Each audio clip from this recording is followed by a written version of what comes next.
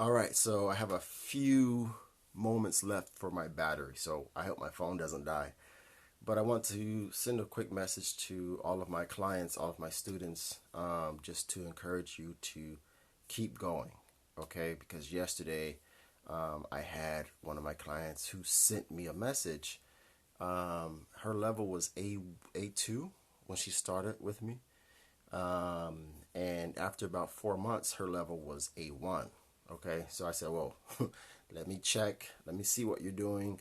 And I discovered that she only did Duolingo, right? So I told her, you need Duolingo, you need speaking, you need listening, you need grammar, not just Duolingo, all right? And I could see that she was a little bit discouraged. Okay, so she had practiced at the beginning. She practiced every day, only Duolingo. And then August or vacation, she took her vacation and then she stopped practicing, which is probably the worst thing you can do. If you have momentum, don't stop. Don't stop your momentum. Okay, even if it's vacation, just do 5 minutes of Duolingo. But anyway, she sent me a message yesterday. Paul, okay, I was discouraged, I was sad, and I'm ready to start again. And I gave her a plan of what to do. So, Duolingo, but speaking and listening every day. Okay, not just Duolingo, but you have to practice speaking, listening, and your grammar.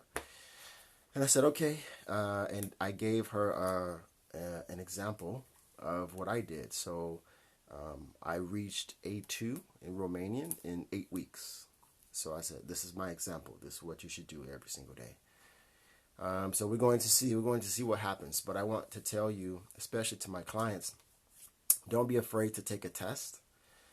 Don't be afraid of the results. Okay, so if your level changes, if it goes down, it just means you have to practice your grammar. Okay, if your grammar or if your level is high or higher, let's say B1 to B2 or B1 to C1, if that's possible, then that means you probably have to focus on your fluency, your speaking, your listening, and then your weaknesses. All right. So don't be afraid of taking the test. It just shows you where you need to improve. That's all. There's nothing to be afraid of. Even for me, it took me 5 years to reach C1 in Italian. 5 years. And I'm still learning something new every day. I'm still learning. So you never stop learning. So it's nothing to be afraid of.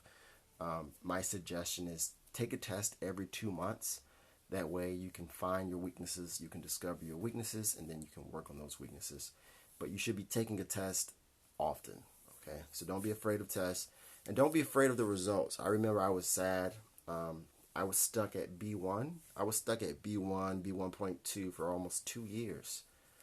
Okay, 2 years. I was really sad, really disappointed, but I kept going.